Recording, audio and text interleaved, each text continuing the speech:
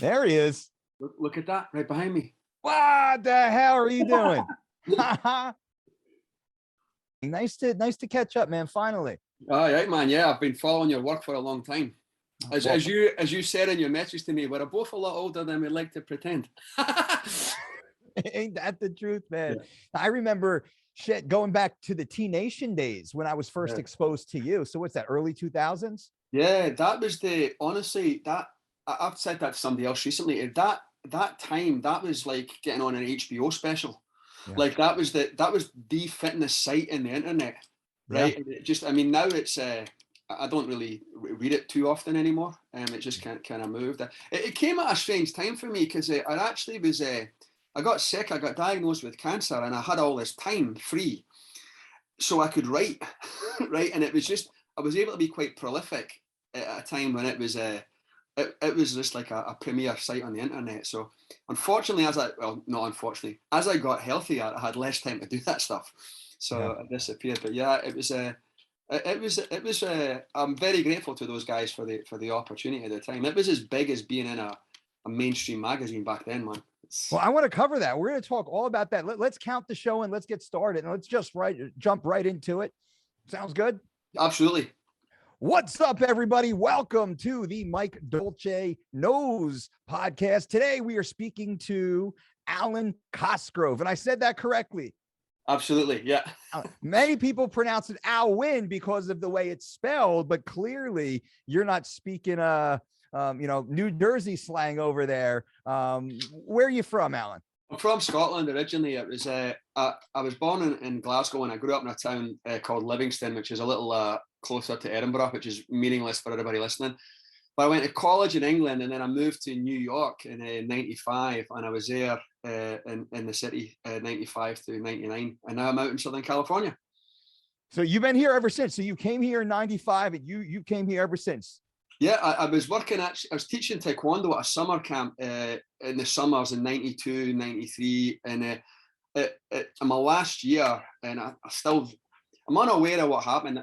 Every time I got a 6-month visa, and when I'd finished college, I said, I'm going to do one more summer job, and then I'll get a real job, come back. And they gave me a 5-year visa then. Now, I don't know if that's what was supposed to happen or it was a mistake. Yeah. But as I was leaving, my dad said to me, he goes, if you get an opportunity over there, like, make sure you take it. And I had no plans of staying, right? But I was allowed to legally. Yep. And I couldn't go back and look my dad in the eye and say, that there was no opportunities. I just couldn't do that. So after the summer camp, I got a job at a hotel upstate New York, which was a place where there was the impetus for Dirty Dancing, the movie, because this Jewish resort. Yeah, oh, my wife will be happy. And I was there, and I was working as a lifeguard and working as a sort of a assistant of moving things around, just making some money at the end of my summer job with no idea what I was going to do. Yep. And the manager pulled me aside and he goes, I've got a pro boxer coming up here and they need a fitness coach. Would you be interested? And it was a guy, Alex Stewart, who in his career fought Holyfield, he fought Tyson. So almost my first job outside of a summer camp in the US was training a heavyweight boxer. Did you have any experience prior to that? Any background prior to that? I had my college degree. I was a competitive martial artist in Taekwondo, and okay. I started realizing, and this was this sounds like I'm the old guy. Back in my day, Taekwondo was a fighting system, right? Now it's very different, right? But it was ITF Taekwondo, which is a little bigger in Europe than it is in the US. But I figured out young that at some level, it's probably you've figured out, everybody knows the techniques.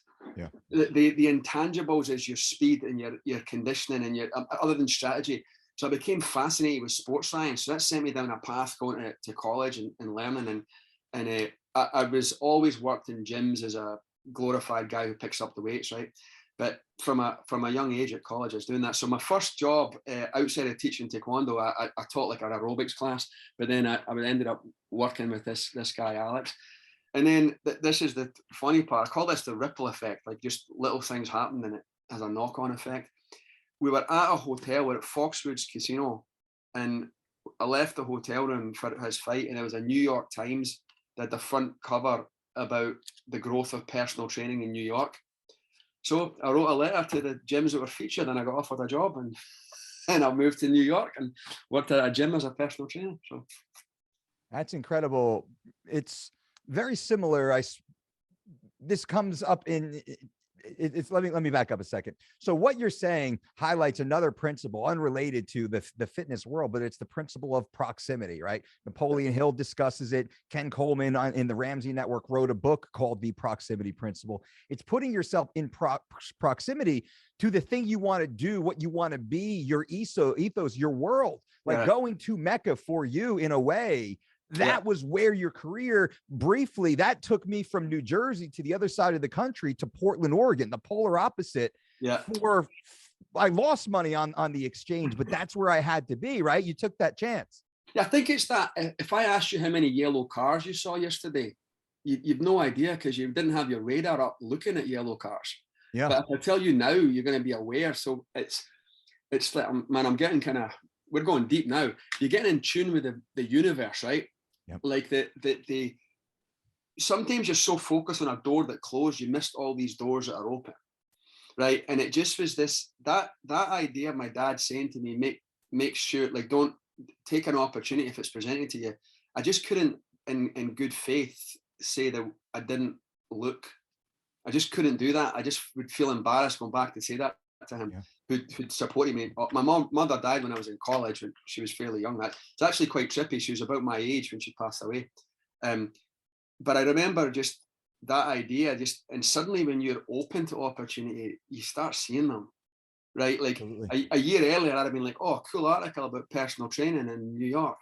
But you wouldn't have thought, like, maybe that's where I'm supposed to go, right? That it's little things like the world just changes when you start paying attention. Man, we're 3 minutes into this and we're going deep already. We're going deeper, brother. Pass the fucking bong, man. So with that, what did you know? What did you feel? What drew you? Can you identify that urge, the compulsion? The whole world says, Alwyn, you're fucking nuts, dude. Don't do that. Do the other thing, safer thing, more comfortable thing, more conservative, maybe the safer bet thing. You're like, oh, hell no. I'm going to the city that never sleeps. When you point it out to me like that, it sounds terrifying. I never ran that through, but it's funny because after that, I've now opened a gym in Southern California, which might be the single most competitive mainstream fitness market in the world. Yeah. But it just, I remember doing Taekwondo and realizing when I was young that I was actually quite good, right?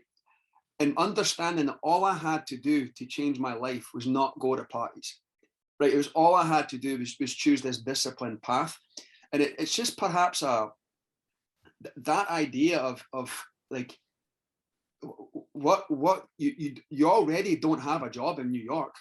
So the worst thing that can happen is you're in exactly the same position as you're in right now, you know, right? So there is no back, like, it's like if you want to go ask the girl out, you're already not dating her.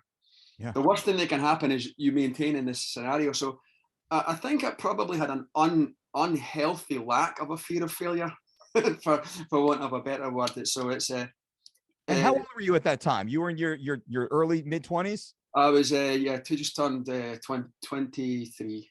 92 is 21, and when I was going for the summer. And isn't now we're probably about the same age. I'm 45. How old are you? I'm 50. I'm old, mate. Okay, I'm 50. It's the same damn thing, man. Like 45, 50. I'm 50 and I've had cancer twice. So it's not just the age, it's the mileage. That is fair enough. Fair enough. That is true. So you at 50 now, looking back to the 23-year-old, 28-year-old, maybe even the 32-year-old, but that's another stage of life, let's say. But that 23 to 28-year-old phase, that's kind of the time to make the jump, because you can still be poor and broke and live on rice, literally rice and beans, for a little while longer as you're coming out of childhood and going without, not really having your own money. You can make that jump. What do you say to the people? Because most people listening right now, watching right now, they didn't make that jump, and they could be 45 or 55 or 65 still, but they never had that senseless lack of fear, like an irrational lack of fear. But it's because you knew your parachute was so strong.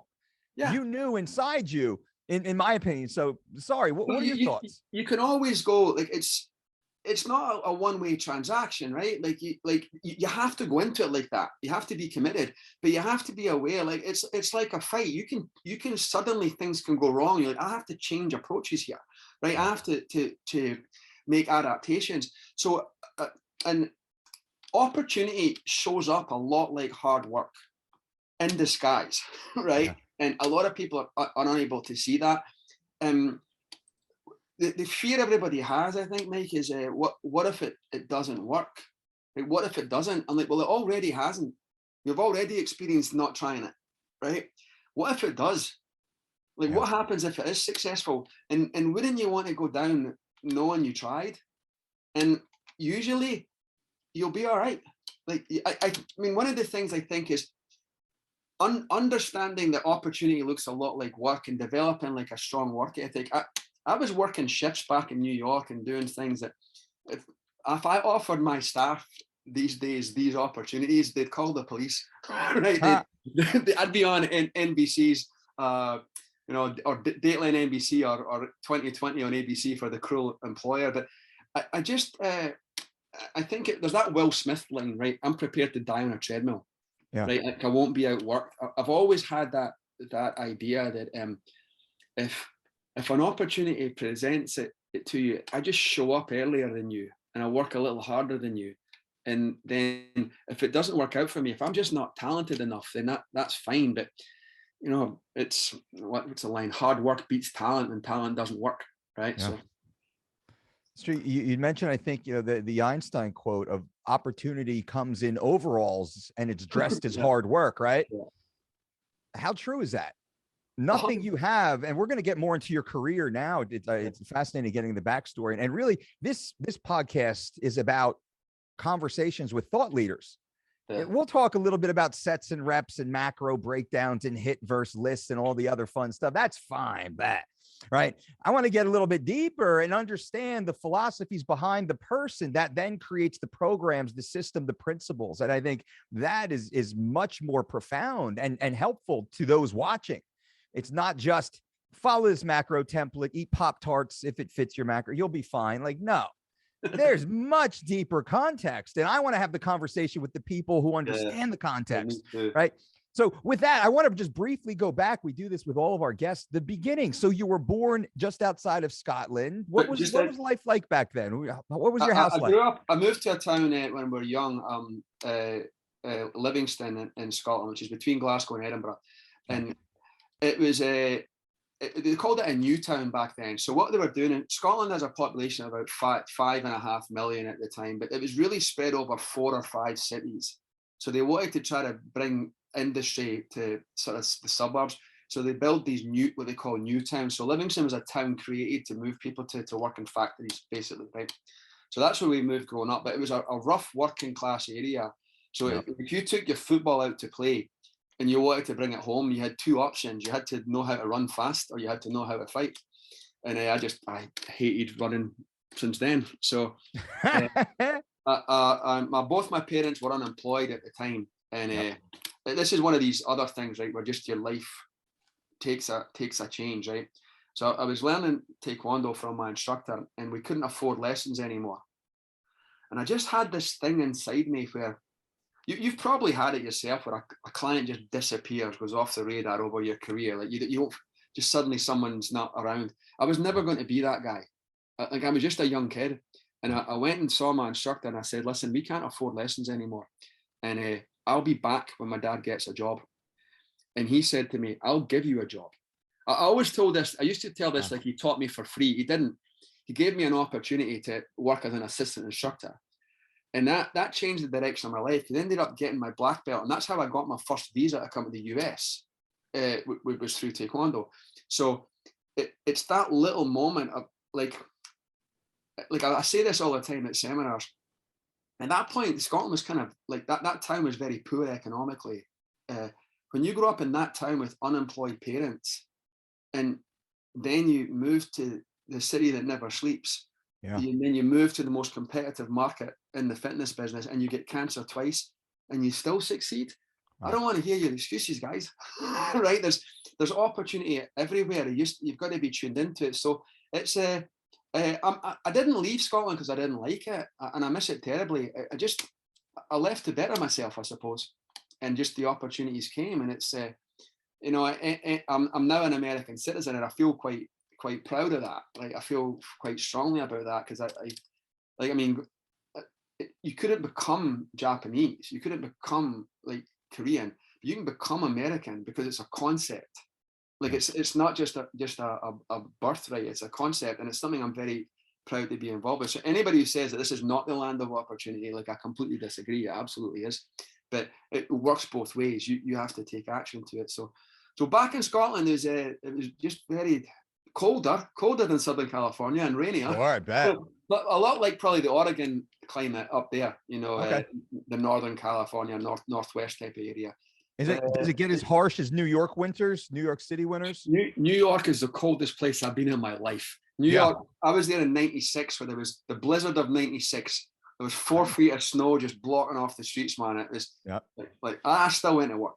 Like Armageddon, right? Oh, it's just, there's no way to, people don't understand. You can clear the streets, you just cover the sidewalks. There's no way to put the snow, right? But yeah, New York is perhaps the warmest or most humid and coldest place I've ever been in my life, and I loved it. You know you're alive when you're in New York City, for sure. Like, I remember seeing people wearing these earmuffs, right, in the winter, and laughing at how silly you looked, and then 3 blocks later, my ears are falling off, burning, and I will give you $40 for that right now. For your little pink unicorn elephant, big poofy earmuffs. All my money. Right now, just briefly, growing up as a boy, what kind of kid were you? Were you a science kid? Were you an athlete? Were you all around? A lot of friends, only no friends? It's funny because I feel like I had a lot of friends, but I'm in touch with guys from college and other guys. I'm not in touch with anybody from high school. Like, I've been here now half my life in the US, which is a weird feeling, right? But I was an athlete in terms of I was doing taekwondo, but I would probably be described as that weird kid who did taekwondo, right? Like, I was a pretty good student. More so, just I think my parents drummed into me that education can make a big difference to you. Like, I really loved college because I was studying things I liked. At college in Europe, over here you do a major in exercise science, so you still do general ed stuff, right? You still do history and things like that to get certain credits. They didn't do that in I went to college in England, in Chester. They didn't do that. You just did classes of topics of interest to you. Wow. So, which is just, for a guy like me, that was fantastic. Like, yeah, I bet. I just loved it. Like, this is the stuff. Like, look at this is my office with my 3 weeks to Shredded book right there. The idea of just learning always, learning for the sake of it always was important to me. I like that. But so I was a pretty good student in school, and I was quiet, but I was small, I was skinny, and I was probably subconsciously, the reason I got into taekwondo was for self-defense reasons. And this like why does a kid get so obsessed with a fighting system at a young age? There's got to be an underlying fear. And I think mine was to make extra money before he lost his job. My dad worked nights, and there was always this thing that you're the man of the house. You need to look after your mother. You're in charge. And so it just stuck in my head that you needed to be. If you ever read the book Muscle: The Confessions of an Unlikely Bodybuilder by a guy, Sam Fussell, and he's an Oxford scholar who got into bodybuilding and steroids in New York because he was afraid of New York, and he put on muscle as armor to protect himself, right? So I think there was perhaps a little. It wasn't scared of being bullied or anything like that, but just maybe a fear of having to be the man of the house, but send you down a path of obsession into combat. And Bruce Lee posters on my wall at 10 years old. I think all males walk with this. I don't want to say suffer from this, but some do suffer from this. I think it's inherent in all of us, as it seems to be, that I call it the little boy in the gorilla suit. One of my other friends had said it's like, you're Tony Stark building the Iron Man suit to make up for your deficiencies. And it's all the same thing, that we do build this exterior shell. Some of us, most men, we try and build the muscle, the fighting, the Bruce Lee, the Van Damme, the Stallone, the Schwarzenegger, the Thor, I forget, Hemsworth. Yeah, I know exactly what you mean. Yeah. Right. So then we build this avatar trying to, I think, shore up our lack of confidence. Can I handle this world? Can I navigate this world? Am I good enough? Do I live up to my father's expectation of you're the man in the house now? Like, shit, that's heavy. You know, that's some heat. So we all have our own quite, you know, this journey that we all go on is very interesting to speak about. I think I've touched on this a few times. With people who become severely overweight, I often think some of it's that, to become a big guy, right? To become inside there's an insecurity, right? Yeah. Like it's not just a laziness in eating. It's I can be physically large and scary, right? Like without and we see it the reverse. Like you've always had the game, like the little man syndrome. That guy wants to be tough because he's like self-conscious. But there's definitely something there that sends like it. I can remember being in college and the professor comes in and he said, right, we're going to do an exam today, and this is going to be 50% of your grade for the year. This is unannounced, and everybody went nuts, right? And I was really angry because I hadn't studied. And I was like, this isn't fair. Like, this isn't how we're supposed to learn. And I was really arguing with him.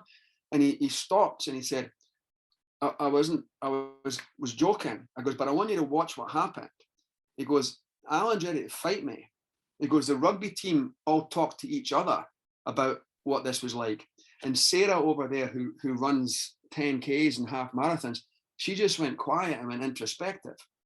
He goes, so his point was, because it was a sports psychology class, was, do you really choose your sport, or does your personality find it?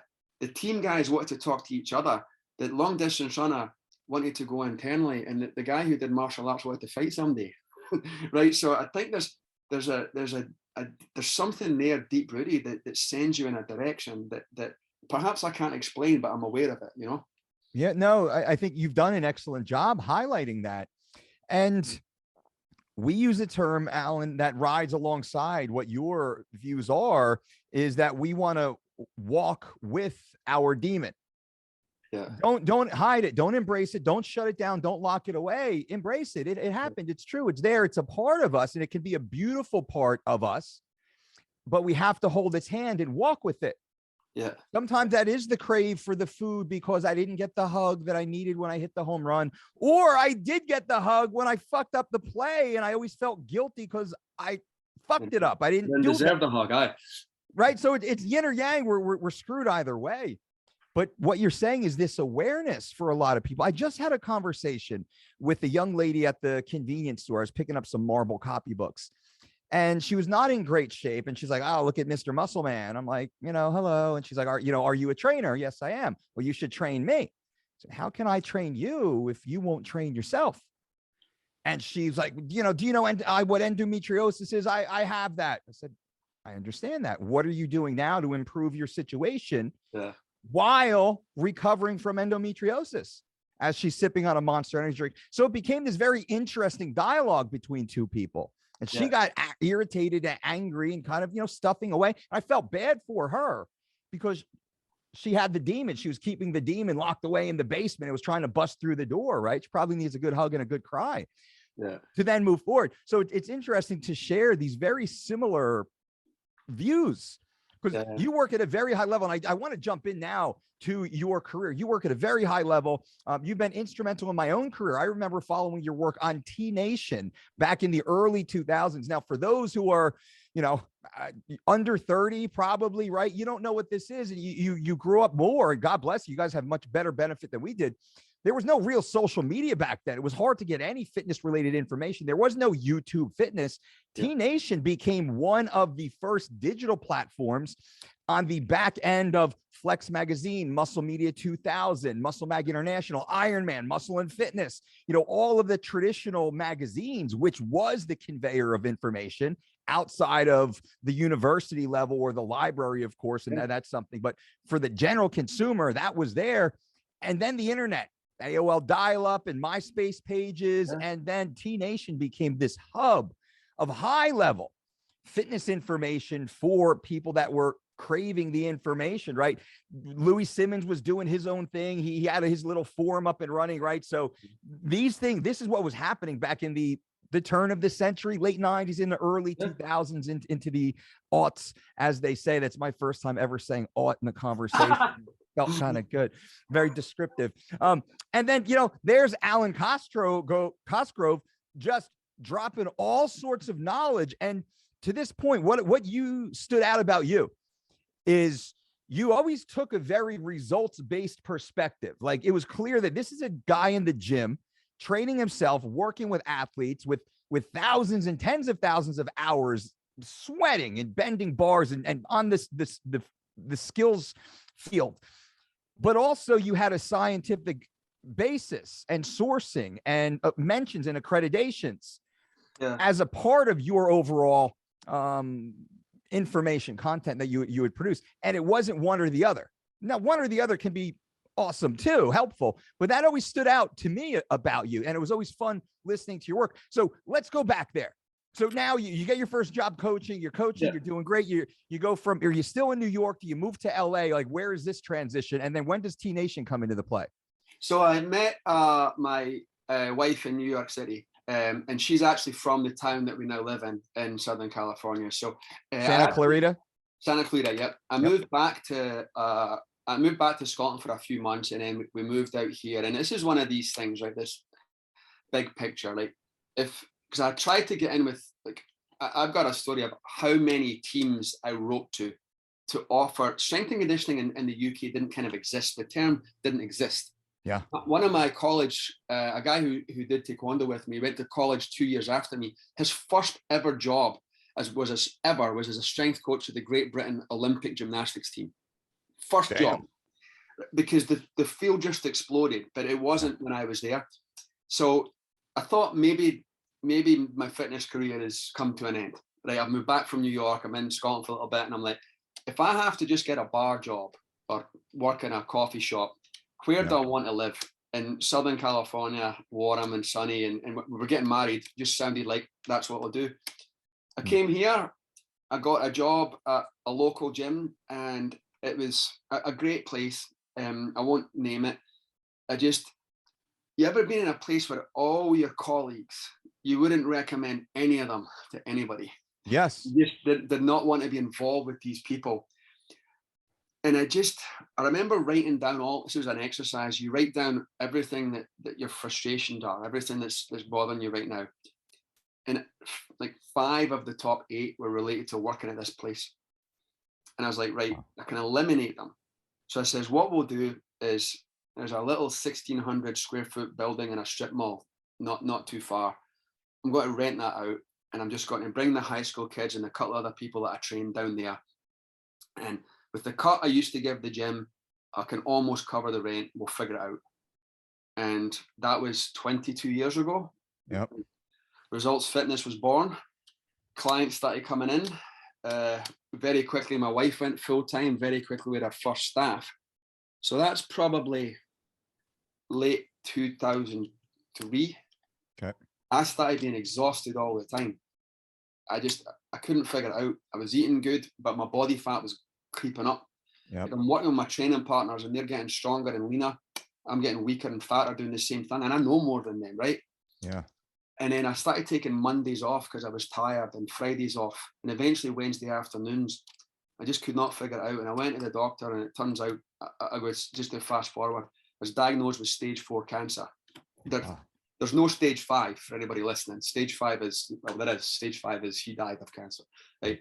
So I did chemotherapy, and while I was recovering, I had written some stuff, like a couple of little articles. I had little quotes in Men's Health, and then I think I just submitted something to Lou Schuler with Men's Health, who was a friend with me, and he introduced me to, while I was down in the hospital, to the guys at the time it was called Testosterone Magazine. Now it's T Nation now, and they just did an interview with me, and just kind of similar to what you said. I just said, like, I kind of see what works at the gym. I try to figure it out by going backwards to the science, and then it'll give me something I can tweak.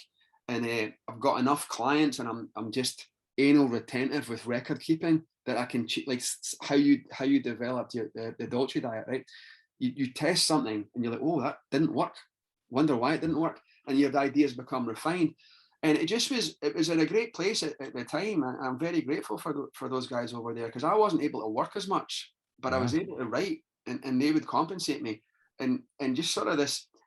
And unfortunately, fortunately I came out of that, but then I relapsed, and I had to have a stem cell transplant in 2006. Wow. But it sounds weird, but that time I had the systems at the gym working, and then this sort of other side where I could be a consultant and a writer kind of appeared, and it was one of those other, like, opportunity looks a lot like work, right? I'm like, but there's a whole other career here for me that yeah, obviously you become micro famous, right? You go to a seminar and people know you. Like, you go to the UFC, people know you, but you're standing in line at Starbucks, you don't get to skip the line, right? Like, you're unknown in your hometown. But this idea that there was I could just by reading and the stuff that I read and watching and learning the way I obsessively did, and then training people, and then I could just tell people about it. Yep. And that would be another career path. It just was that's how it came. But it was T-Nation for the younger readers, that this, like, coming up, when me and Mike are coming up, finding information was hard. Yeah. Like, you had to go to the library, which is a place where they keep books, right? You have to find things. Yeah. Now you have another challenge, guys, coming up now. You've got to filter information. You've got to ignore stuff, and you just got to choose. Like, I'm not going to listen to these people because there's too much. If you put, I did my thesis in 92, 94 on creatine monohydrate when it was new. Now, if you type that into Google, there'll be a million hits. What was that? You cut up there for 1 second. What was it? What was the title, the topic? Creatine monohydrate. Like, it was when creatine first came out. Yeah, I remember. EAS. And it was $85 for a week's supply, right? Bill Phillips, right? Yeah, and so I did study that in college. There just wasn't a lot of research. If you put that into Google now, there's over 1 million hits. You couldn't read it in your life. And that's the challenge for a young coach now, is to filter information, right? It's not to get it, you know? That's a great point, to filter information, not to get it. That's everywhere we go. We're inundated with information, right? No matter what app we're on, which are the AI now is serving us ads and fake news in many ways. You know, detox teas, bang, going to you simply because you looked up a cold pressed smoothie juicery in your area, right? That's how these AIs work, and you're just caught in the loop. So you have to filter through the information. What's your overall philosophy here on health and fitness? If you had to, kind of put it into a, 1-2 minute overall philosophy, cocktail room conversation, what would you say to the person who just has no idea? Everything that you do in your life, I can make you do it better. I like it. Like, you're a machine. Like, you're a human performance machine for whatever you do. Like, if you were a high performance vehicle, then I would tune it up. I'd make sure it operates well. That's what I do now. I just get people who do high level things, sometimes playing, like doing obstacle course racing at a high level, or they're competing or a high level. But what's interesting to me is, I've pointed this out before, the world records in sports have never been better. Like, if you look at the size of Anthony Joshua and Tyson Fury in boxing, and think that Rocky Marciano was a heavyweight of 185. Yeah. Right. There's no question with these. You can see it with times in sports, with 100 meters and with powerlifting. Sports never been better. Yet we're in the middle of an obesity epidemic. We're failing the masses.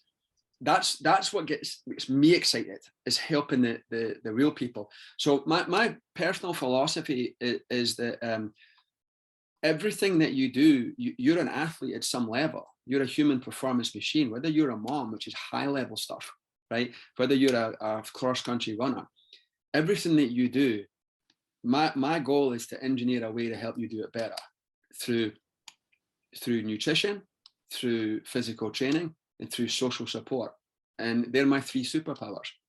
And it's just, I truly believe, like, if I meet someone who's like a high level athlete, I usually introduce myself and say, hey, like, hey, Mike, if you're in my area, I'm like, hey, Mike, you've been doing this a long time at a very high level. If there's ever anything that I can do to help you, please let me know.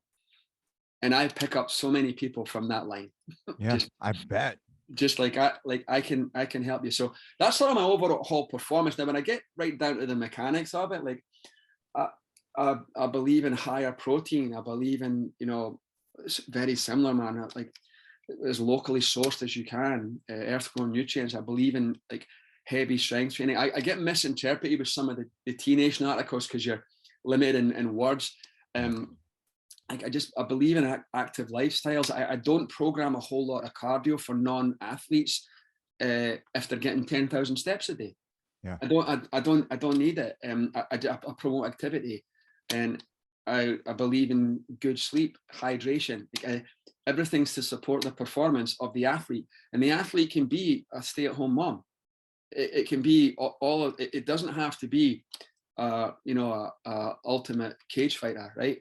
That's just high level competition in its ultimate form, right? But everybody has challenges, and I believe that like at the heart of everything, Mike, right? At the heart of every government or every large company or every small business, every sports team or every family, there's just people. That's all there is. And if I can take one of those people and I can upgrade everything in their life for the better, and I can impact that person, and I can impact that family, I can impact that sports team or that school or that small business or that large business or that government. And together, if we all do that, we can change the world. Yeah. And I call that the results fitness mission. Right? That's just that's how I believe. If I can help one person, the knock-on effect can be dramatic. And that's what keeps me up at night, trying to figure out ways to do it better. Now, in the gym training, what are some must-dos for the average person that wants to optimize their athleticism while not being a competitive athlete? And I agree with you. We use the term everyday athlete. Yeah. We should all be able to run, jump, skip, crawl, climb, heft, heave, squeeze, roll. Like, come on, human. Like, we should be able to do that stuff at least. But as far as the daily or the weekly hits, what is kind of the must-do things physically, would you say? So if I was to do the bell curve with most people, right now, most people I see coming in are so immobile. I can open up performance by mobility work, right? So just it doesn't have to be like yoga-like static stretching. I have no problems with that. I don't get a lot of time with people, so I have to use big bang for your buck stuff. So if I divide the session into, we call the first section ramp, which is our term for a warm-up, but it's range of motion, activation, and movement prep. It looks like dynamic, right? Getting ready. But I've got people who've been sitting all day. They come in and like, I've got to open up the hip flexors and open up the chest and start activating the glutes, start activating the upper back, just kind of realign them. If I could just do that, everything gets better. That's my first, and there's no one over the age of 40 who wishes they spent less time on mobility work when they were younger. Everybody wishes they put more hours. Then I have a bias towards, in terms of in the gym activity, I like heavy strength training with an emphasis on the posterior chain. I think that can help posture. It can help open up a lot of things. And it's something that a lot of people can't do on their own. They don't have access to that type of stuff. And then so we start with the range of motion, and then I always do some fast activity. I feel you lose power faster than you lose muscle mass. I think we programmed backwards for a number of years that we saw older people who were cardiovascularly deconditioned and we focused on aerobic work with them. But the reason that they were cardiovascularly deconditioned is that the muscular system itself didn't flow. Right? They weren't moving well. The only reason that there was oxygen demand is the muscles asked for it. So prior to that, power or moving something, if you ever see an old person fall, it's horrific. It's hilarious. I just get it. They fall at the exact same speed as you do, right? But we could save that if we did something fast. So I start with mobility and some core stability, some power work, some heavy strength stuff. And then if I have time, I usually do like, I'll favor high intensity interval training I get misinterpreted in this a lot, per unit of time.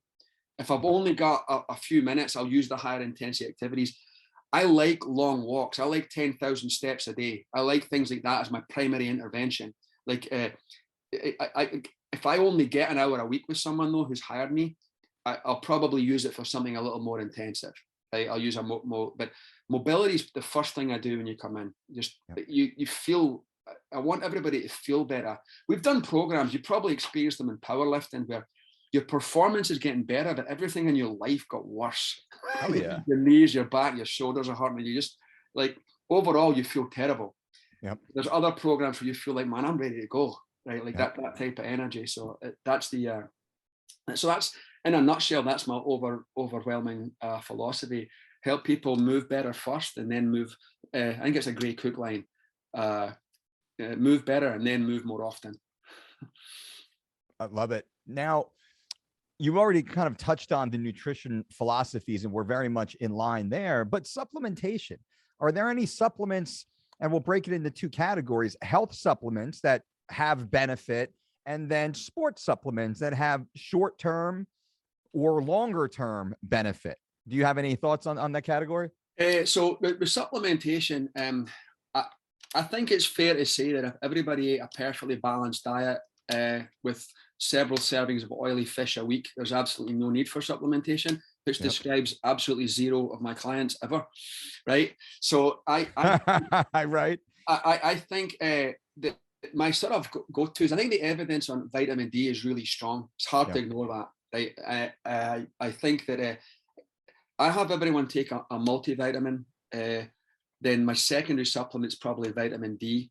I use a protein powder, but I think of it as food. I just think of it as another source of protein. It makes it easy for people. I don't think of it as a supplement. And that's probably, I mean, I could go deeper. Like if you're going into blood work and someone's deficient in zinc or like, B vitamins or stuff, there's a lot of interventions we can do there. But I call that a multivitamin is nutrients without calories. And make sure that like any holes, and maybe I think it was John Berardi published that the average Olympic athlete is deficient in like 7 things. I believe right. So that's where I like to start, and I see benefit for things like greens drinks and things like that to a degree. Just I'd rather people just eat more vegetables, but like I'm a reality based coach. Sure, it's okay. So for my general pop clients, I think a multivitamin, nutrients without calories. I can make a case for additional vitamin D. Using magnesium personally helps me sleep really well. Okay. I think that's powerful. And then I can make a case for an omega-3 type of supplement if you're not taking enough fish. For the higher level athlete, I think creatine's tried and tested. Can be a little problematic with a weight class athlete because it is going to, but we could use it off season perhaps. And I think there's some, I mean, my 3 supplements are caffeine, carbohydrates, and creatine. They're the big 3, like 3 C's. Yeah, I think that's it. They're the big 3. Maybe beta alanine. Like I'm seeing some stuff with that. But that's me talking to you. I haven't given anybody that yet. Like I'll tell you, I've tried it myself and it made me itchy and I hated it. But it's there seems to be something there. But my rule is if you go to the GNC or any supplement store, not picking on them, 90% of that stuff's no use. There's 10% left, and 90% of that doesn't have the right doses. And of that's left, half of that stuff isn't for you and your goals. Yeah. So we're down to like three things. So what we carry at the gym is a protein powder, an omega-3, and a D and a multi. That's about it. But it's supplements to me are like they're progress enhancers, right? If you've got everything dialed in and then I supplement you correctly, it seems magical. Yeah. But we don't start there as most people do, right? Like it's like the tiles on your roof. When you've got the foundations built and your house is in great shape and you're having your roof look a little sharper, makes a big difference. But you don't start with the tiles before you have the foundation. That's so true. And I agree also, creatine being about the only standalone sports supplement that we've ever programmed or suggested and really find merit in. There's a few others that may, maybe like L-citrulline, we could look at, which, there's some benefit, and we'd almost lean more towards like anti-inflammatories as performance boosters, well, you right? could make a case that, that's probably a bigger factor in terms of do you use any like CBD creams or anything like with you guys? We've tried at a pretty large scale, high level athletes, regular folks, myself, quite extensively a few years back. And in spite of the majority of the data, we saw net neutral or worse benefits. We didn't really see. Now, I'm not saying that doesn't mean that it's not grown or gotten better in the, we're going back to 2017. So 5 or so years ago, since we really stuck our noses into it. We haven't seen the benefit, but I'd love to hear what your thoughts are. I don't have enough data to be definitive, but I'm falling in with, it hasn't been magical. Yeah. Like I haven't, there does seem to be a hyper responder to it, where it seems amazing.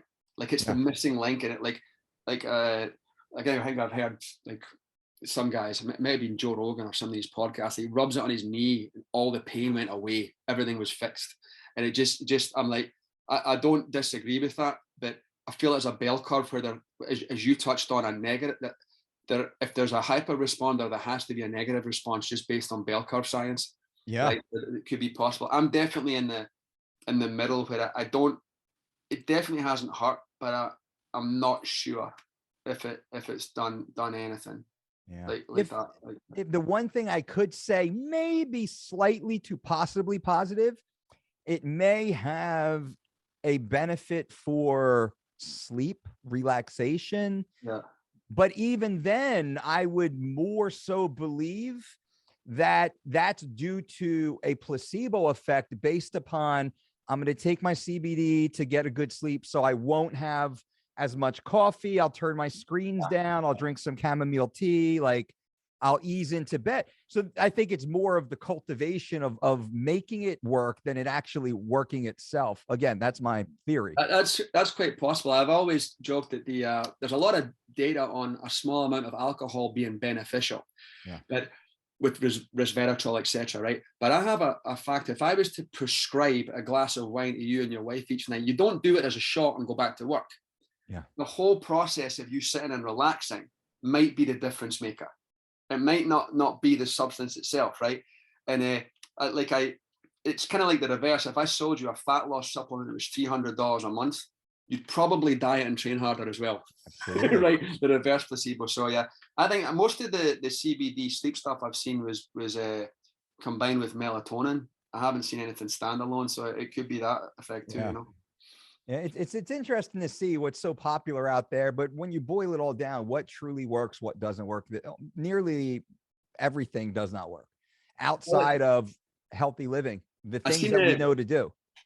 Brian Cran, who used to write for T Nation, he wrote something recently that legislation made a lot of supplements that used to work, that the pro-hormone stuff, illegal. He goes, so now you're left with pre-workouts, which are just loaded with just caffeine mainly, and a few other things, right? Creatine and maybe protein shakes.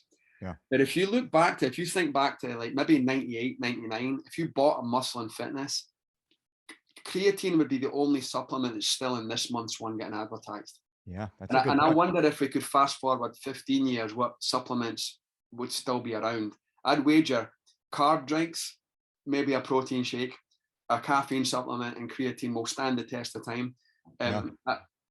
Most things have come and gone, and you look over the years that they didn't work that well, Yeah, I agree. And personally, I would say I'm likely a hyper responder to creatine, but the majority of our clients and athletes are all responders. I don't know if I've ever had any not. I track the data, but for myself, man, within the first 5 days, I will start to get that nice swell, and I can manage my electrolytes and fluid intake to kind of keep most of it inside the muscle instead of spilling out. So it's a nice little photo shoot, little tweak that we'll throw in. But if I stay on for, 3 to 6 weeks, I will see rather dramatic performance improvements, right? My 10 rep sets will become light. I'll be doing, 13, 15 rep sets in about a month or so, pretty easily. That's interesting, because you seem, looking at your nutrition, you seem to have a high protein content in it, which would seem that you have enough creatine coming in naturally that's quite, maybe you used to have a bigger tank for creatine than most people. You know, that's actually a great point. What it gives me mostly, Alan, and I'd love to get your thoughts, is I get more high intensity set extension. I can go deeper into the pain. I don't add that much to my 1RM or 3RM per se. Maybe in time, probably, I'm sure if I looked at like 12 weeks or so, 12, 16 weeks, maybe we could see something like that. But in that, 3 to 6 week period, I can just, I just have more fuel, right? More energy substrate. I think it's your, I describe it as it gives you another 10 seconds or so. Yeah. Right. When you're getting that grind. My wife is so happy. Double my time, baby. You're grinding out that 10th rep. That's right. You've got another 2. Yep. Right, which you couldn't do without it. But the only negative effect I've ever seen from it, I've probably seen that some people who didn't respond greatly, but I have seen people who've hyper responded with weight gain, which for a weight class athlete, they hate it. For other athletes, particularly what I like, I've got some like obstacle course racers, I've got a rock climber, I've got a pole vault person, that their relative weight, they don't have to make a weight, but they like to be lighter.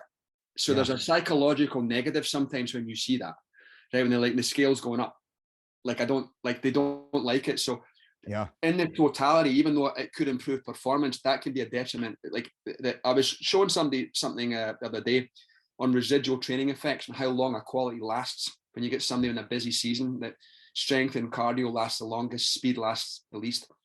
But there's also a factor of athlete psychology. If I didn't have you go heavy or do cardio for a month, even though the science says it'll be okay, that might mess with your head. I have to put that in. So I think there's a factor when I look at something like creatine where it could cause weight gain, which be negatively affect the athlete psychology. Then that's a net negative in my world, even though physically things could get better. It's hard to I like. Every interaction and everything you do, you've got to build in like the athlete confidence or the client confidence as well, right? Like if they feel like, man, you're like, man, I feel like everything gets tighter and my shirts are tighter. Somebody hates that. Somebody's like, this is awful. I feel too big, right? So that's the art of coaching, right? Like that's the stuff that you don't know, That's the fun part, right? Yeah. Not so much. It's not the sets and reps, the calories, the macros, right? That for us, respectfully, that's old hat. That's turned into key to a long haul truck driver, right? This is just, very easy for us. It's the complexity, the context. That's really where high level coaches shine in all fields, right? I think this is really shine. This is the conversation I like to have. Like, I mean, I knew it was going to be fine with you, but I've come on podcasts before and they're like, so how long do you think you should hold side planks for? And I'm like, this is going to be a long afternoon, right? Yeah. 137 minutes. Yeah, that's per training cycle. I found that to be optimal myself. Funny. Yeah. But it's just like I don't want to be on the side plank nation, like I want to talk about higher level stuff. And I think that's the art of coaching, is that there's your, like when somebody puts their career in your hands, right, or their goals in your hands and says, take me there, it's like such a tremendous honor. I don't take it for granted. And I think that's the part of the art of coaching, is that like I'm aware that, man, I'm grateful that you've asked me to do this, I believe that's a missing link in many ways. Anyone can get a certification, become a CPT, and you're a qualified trainer, right? You can work in any major institution, or you move on and you get an academic degree, a BS in exercise physiology, or you move on and you become an RD, a registered dietitian, or then move on and then you get the NSA, CSCS. Now you can really work at the university level. You can work in pro rooms. As you go up, there's accreditations that people can get, and those people can be horrible, terrible, disgusting human beings you would never want to be in the same room as. And those are the ones, unfortunately, that don't make great coaches. They can spew the words and you know, print the Excel spreadsheets, but there's something is lost in the communication of those ideas and the receipt of those ideas from another human being that's so motivated and believes in you to actually carry it through. Something, and to your point, something as personal as their career or their health, their fitness, their life, you know, in many ways, their life, because you and I both work with people. They don't call us because they got a Dana White contract. They call us because the cardiologist gave them a pretty scary 6 minutes of hell, right? Yeah. And that's the part is it's I've said this to clients before, like, and I think a lot of coaches forget this. I work for them. I'm employed by them. Like, I work, like, I don't like this, like, this military style, like, they'll do what I tell them or I'll kick them out. Like, I'm very blunt and this is how I coach them. Like, I've never been like that. Like, I've always been like I can push you hard, but this is a team. Like, you've asked me to get involved. Like, we're both on Team Mike, right? You're the CEO and I'm the head coach, perhaps, right? But we both have the same goals, which is for you to succeed. And I'm giving you the best I've got. Because trust me, I'm giving you, like, my reputation. Like, I think you talked about it on a podcast once, that you've got to let some athletes go because they're wearing your shirt and not following your advice. It's going to reflect badly on you when they miss weight or something like that, right? Yep. So I've always been important that, like, I'm in this too. Like, I'm involved too, and it's just I can hand you all my programs. I can give you all the new rules of lifting books that I've written, and I can have you them, and you can open up across the street from me with better equipment and all my workouts, and you still won't win because I care more about my people than you care. Yep. Right? Like, it's more than the sets and reps. We don't have secret workouts, but we might have a culture advantage. Like, we might have an advantage when we're all together. You know, like you're saying, like not only am I walking with my demons, I'm walking with yours. Because we're on a team. Two of us are going to hang up. So true. Hang up on them. You know. So that's the. I just think it's the taking a step back. Like, you think about the business of what we do. It starts with somebody putting their trust in you. I just don't take that for granted, guys. Listening, just it's the greatest gift anybody can give you, I think. That's everything. That's, without that, that's who you are. That's your integrity, right? That's what we call. So we have in our coaching system, we have 5 main points. Research. You got to know your topic inside and out. Results. Do you get results on time every time? No fucking questions. Like, that's the standard. Number 3 is reputation. That's your results plus your integrity. Yeah. Will I send my wife to you, my daughter to you, my mother to you, my best friend to you? Will I trust my career and health with you? That's your integrity. Yeah. And God, was that an easy transaction? That was such a great, that I would do business with him every day on the, you know, the transactional side, but also the emotional side. That matters.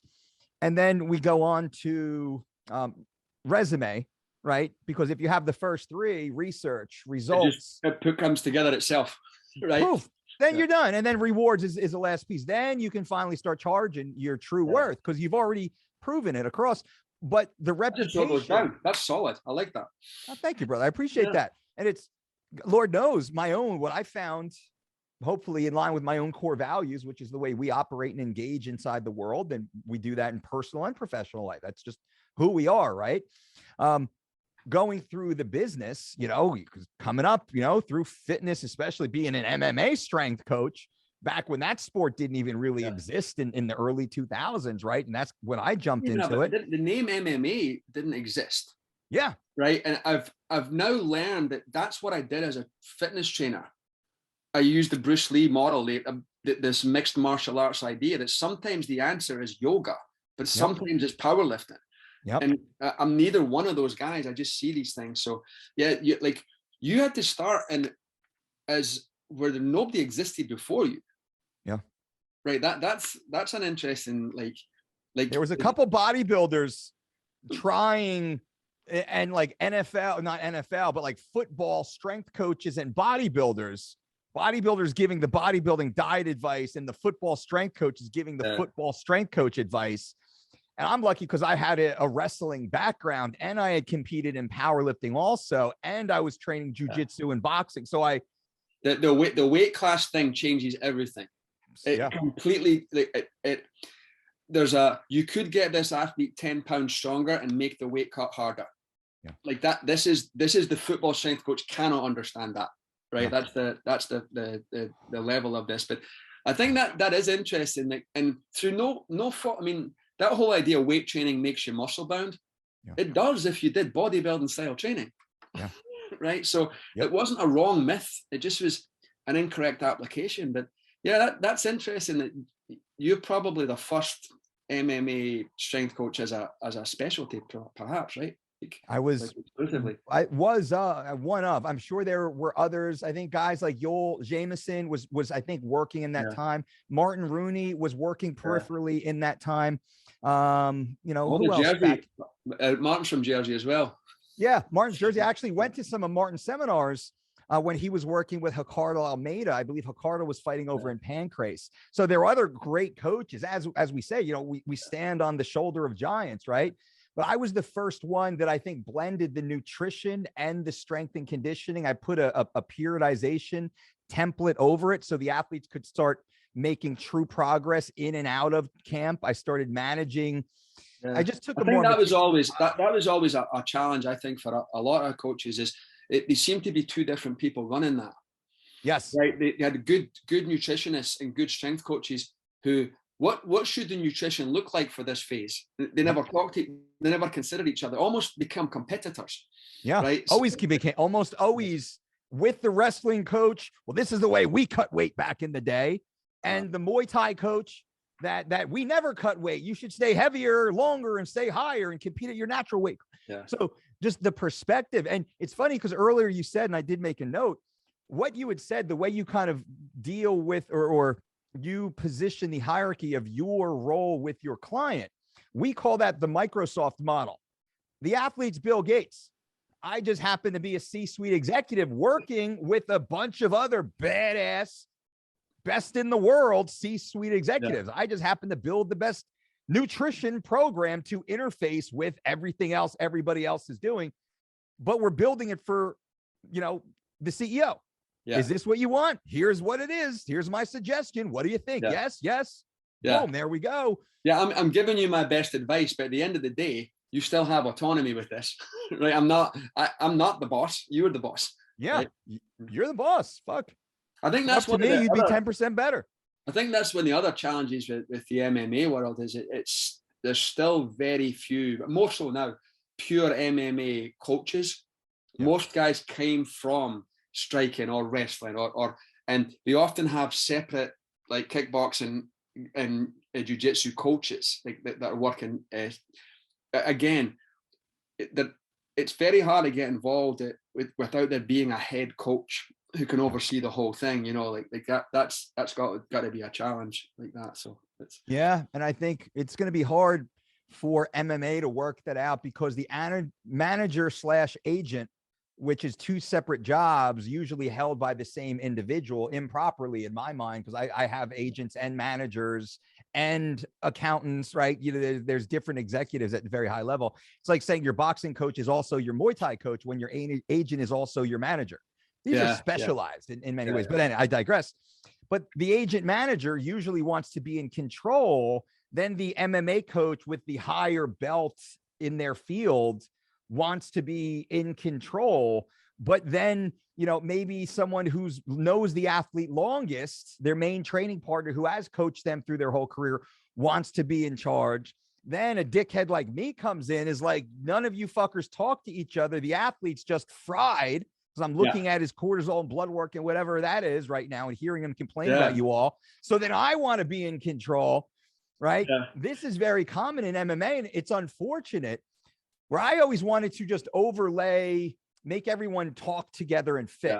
Yeah. You can't wrestle a red block 3 times a fucking week, especially not the morning of the hard sparring. That the athlete derives his or her confidence from mostly, right? And meanwhile, in your max strength phase also. I think it's interesting with the, I want to say, having worked with some local high level, particularly female jiu-jitsu competitors, they almost train with me on the sneak. They don't tell their jiu-jitsu instructor, right? Which is, I'm fine with. I work for you, right? Like I'll do whatever, but there is that, like, the ego of the jiu-jitsu coach doesn't want anybody else involved in the preparation, right? I think the future model will perhaps be, although boxing is a single discipline, where there is a head coach and everybody's involved and they put in together the whole plan, but it's not there yet, which is actually super exciting for me to see how the sport's grown and how the athletes have become amazing despite some of this stuff, right? Yeah. Like we want to see some of, like, the future's got to be quite amazing, you know, like with this, and more of an interdisciplinary communication would be really cool. Yeah. You know, you're right. If there's some way someone can create a Slack for dysfunctional MMA camps, right? That would be that'd be the next winner. Well, Alwyn, I really appreciate your time. We said 60 minutes. You've been gracious and let us go a little bit over. But before we go, I want to hear more about Results Fitness Inner Circle. So what is this? Tell me more about it. I'm very curious, very interested. What happened? I was doing a lot of traveling and doing a lot of live events, and a lot of people can't make it to them. So I started recording all the events and I just put them into our website, which is at either Results Fitness University or resultsfitnessinnercircle.com. Yeah. And during the lockdown, when all that speaking engagements went away, I just added a seminar a month to this. So basically, this is my little educational resource for, and I appreciate you mentioning it, Mike, for all young coaches out there who are looking to just, learn what we do. Like I put my staff training stuff up there, any seminars I do, and we add, I don't know how many courses up there now, but we add a seminar each month, and it's our little membership site. Come on in, check it out, and everything I have is in there. There's no secret. I don't hold anything back, and I'd love to have some of your listeners check it out. That is awesome. That is an invaluable resource. As I said, in the early 2000s, I was reading your work, following your work. So, coming from the a true, customer or client and consumer of your content. That's awesome. So resultsfitnessinnercircle.com. That's where everyone can go and just check out what you have there. But also, you have one of the top rated, we should have led with this, I forgot, one of the top rated gyms in the entire country. Is Results Fitness right there in Santa Clarita, California. I mean, that right there, you can just hang up your hat and go home, sit on the beach, right? So congratulations on that also. But for anyone who might be in the Santa Clarita area, I mean, are you even open, accepting memberships now still? We are still accepting some people. We obviously in Southern California, we get hammered over lockdown. Like marijuana was essential and gyms were illegal, right? That's just crazy. I have no doubt people needed liquor and people needed marijuana, but to make fitness illegal, I don't know. But we are open, and we've got a wide variety of people, from people who've never worked out before to people who are competing at world championship level. And I love them all, and I treat them all equally, and they all get my best stuff. So yeah, we're in Santa Clarita, California, and if you're ever in the area, anybody, swing by and visit us. That is awesome. Well, absolutely. I'll be swinging by, hopefully maybe a late spring, early fall. We're planning on a little camper trip, and we're going to swing, bottom of the United States all the way up to the, West Coast. And that's hardly a little camper trip, my man. What's that? That's hardly a little trip. That seems it's gonna hopefully like a 3-4 month trip, right? So we're gonna do the big thing. The kids are young enough, we can get the hell out, we can go, we got some time, and that's the plan. And then, but I'll be able to swing by and train at your gym and just train at some great facilities, see friends now. We only know each other through our content, so we can actually sit and breathe the same air and shop talk. That'll be fun too. Yeah, that'll be excellent. I look forward to that, mate. That'll be good. That'll be a lot of fun. Right? Likewise. Thank you, Alwyn. Thank you so much for having me. I appreciate it a lot. Like, I've been an admirer of your work, and as you can see, I'm also a customer. I think I got that first as a ebook, a PDF. I think at some point. I think it's all it was in the beginning, right? Well, no. Here's the funny thing. So if you had the ebook or the PDF, that was an illegal download. That was an illegal stream. Now, let me tell the brief story here. I'm sorry. 2007. I know I bought that from somebody. You bought it. How about Shit. So 2007, we start printing those. I'm the head strength coach at Team Quest North, Randy Couture's gym, Portland, Oregon, right? I create the women's fit program. So the wives and girlfriends of the athletes had a safe place to start training, right? So I'm a businessman also. I extended, doubled their clientele, then a kids program, tripled their clientele with real paying athletes. Anyway, so we open that. Now I'm still fighting and I'm losing 30, 40 pounds over 6 weeks. And the ladies are like, what is this sorcery? How did you lose? What's going on with your face? Like, and they're moms and grandmoms and aunts, like, super sweet people. You've got the holy grail right there. You've got the holy grail that they want, right? So Alan, you understand this. At the end of every class, there'd be a line of ladies like with nutrition questions. So I'd be there for an extra hour, hour and a half after class answering these questions. And finally, Brandy and I were like, just write it down. So I basically put it down. This is the origin of 3 weeks to Shredded as I was getting ready for I think 41 pounds in 6 weeks, 21 pounds in 3 weeks. I've really put this down, spiral bound. My wife is an academic. She's working at the college. She had these bound, and put together in their little, whatever, lit room. And we gave them all the ladies.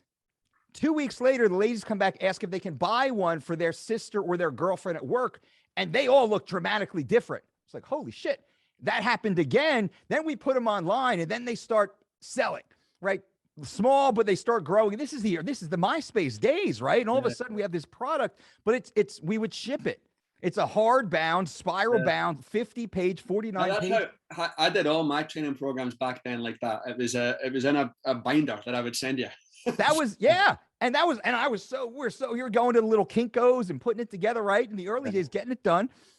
So then it's going pretty well. And we realize we have something here. One of my friends calls me. I'm living in Las Vegas at this point.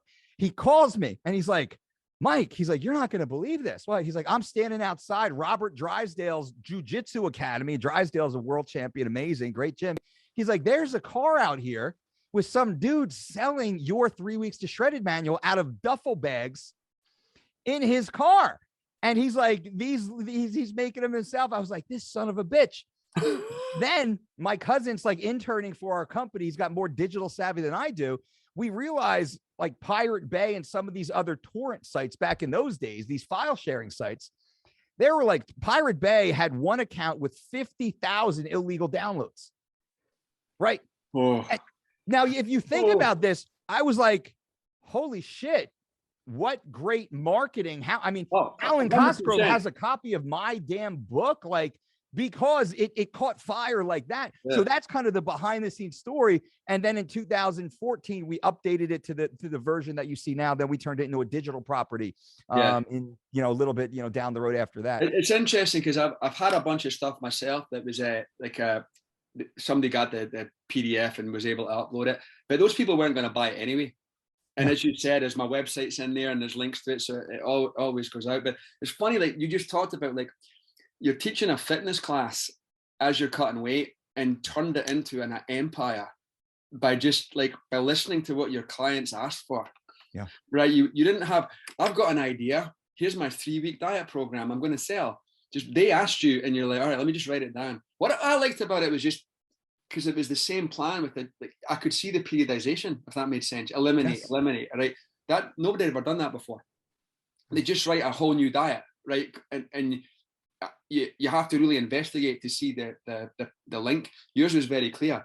Phase 1, phase 2, and you're like, oh, I see what he's done, right? Like that was quite cool.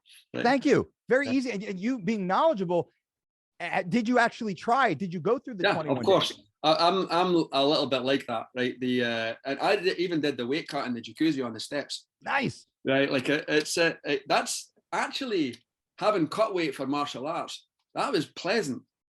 Thank you. Right? Like it's because it's only 5 minutes at the hard part, right? It's we're a long way from rubber suits and distilled water, right? Literally dying in the sauna. And I love that you're talking about the Dolce step method for those watching. Yeah. This was built over years of observation, right? And that's what you had said before. Like I heard my clients, the ladies in my women's fit class, I listened to them. I heard what they needed. I saw the pain point they had, and I knew how to fix that. I had the proper tool, right? Well, with the step method, same thing. Most athletes stop cutting weight because they cannot they cannot endure that type of pressure for so long at that heat. And those who've never cut weight will not quite understand how that feels. I've cut weight hundreds of times as a wrestler, as a competitor, as a powerlifter, right? Hundreds of times I've cut weight. I've cut over 40 pounds in short periods of time, and I've overseen thousands of weight cuts. If we talk about teams, hundreds and hundreds of weight cuts individually, I don't even know how many. What we were able to do, and I'm like you, Alan, I'm very, very, very meticulous with my data. I'm a marble copybook guy. You know, I'm old school. We'll transfer that to files from time to time. But I would know what my athletes are losing, how many ounces they lose at how many minutes inside a tub, at what temperature, at what session, on what day, how many days into the cut, into the process, what is their body weight today, and how much percentage wise are they losing, right? So we have pretty good data on that. And what I was able to find is once we get the body dripping, we can slowly alleviate the emotional, the psychological anxiety, understanding the biochemical relationship to water retention or release, right? The stress hormone state, we could alleviate that. Like you said, it was actually pleasant. Now you got your music, you're hanging out with your guys, you're busting chops, you're having fun. That was always the energy I would craft. Getting a little bit of frozen dark chocolate. Right? Now it's like you're on a hot date. You're on the beach. Right? Yeah. I think that's the misunderstanding of it, is that if we make it more Spartan-like, hotter, it will be more effective. But scientifically, it's not. Right? It's the, and even if it was, the ability to tolerate it is much more important. But I did that stuff's quite. I've seen a guy wearing a rubber suit, riding the bike in the sauna, spitting into a cup, and clearly that was me. That was me in my teenage years.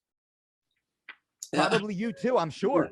We didn't, weight cutting was like a secret dark art that nobody knew. Right? It was. Where were we going to find that? That's not going to be in the literature. That's not going to be in the library. It's going to be taught to you by a wrestling coach. Right? Now we've got some science behind it, and the art of doing it is quite interesting. My first weight cutting coach was Loudon Swain. So a funny story. My wife's uncle, he's in that movie. He plays Otto, who's the big. He's the guy who, when Loudon climbs a pegboard, he claps for him. That's my uncle. No shit. Yeah. I'm trying to picture. Was he kind of the buffer one, the tougher one, kind of he was the big bully on the Loudon's wrestling team. He wasn't the Indian, the American Indian guy. What was his name? Cooch. That was a Dillon, wasn't it? Wasn't that like Matt Dillon, Kevin Dillon in his gene pool? He looks a wee bit like him. Gary Casper is his name, actually, but he's in Vision Quest with Loudon Swain taking on Shoot. How about that? That is awesome. Oh, you should have led with that. That's great.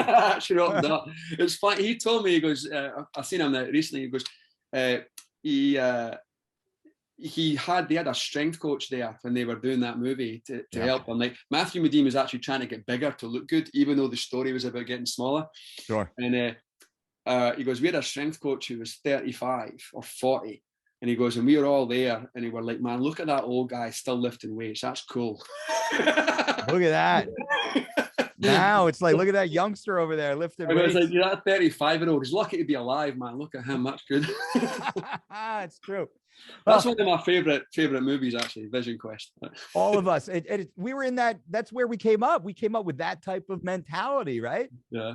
All the martial arts movies that were about actual competitions, like, I mean, Enter the Dragon was a little darker, but Karate Kid, Vision Quest, and Best of the Best, they were my jams.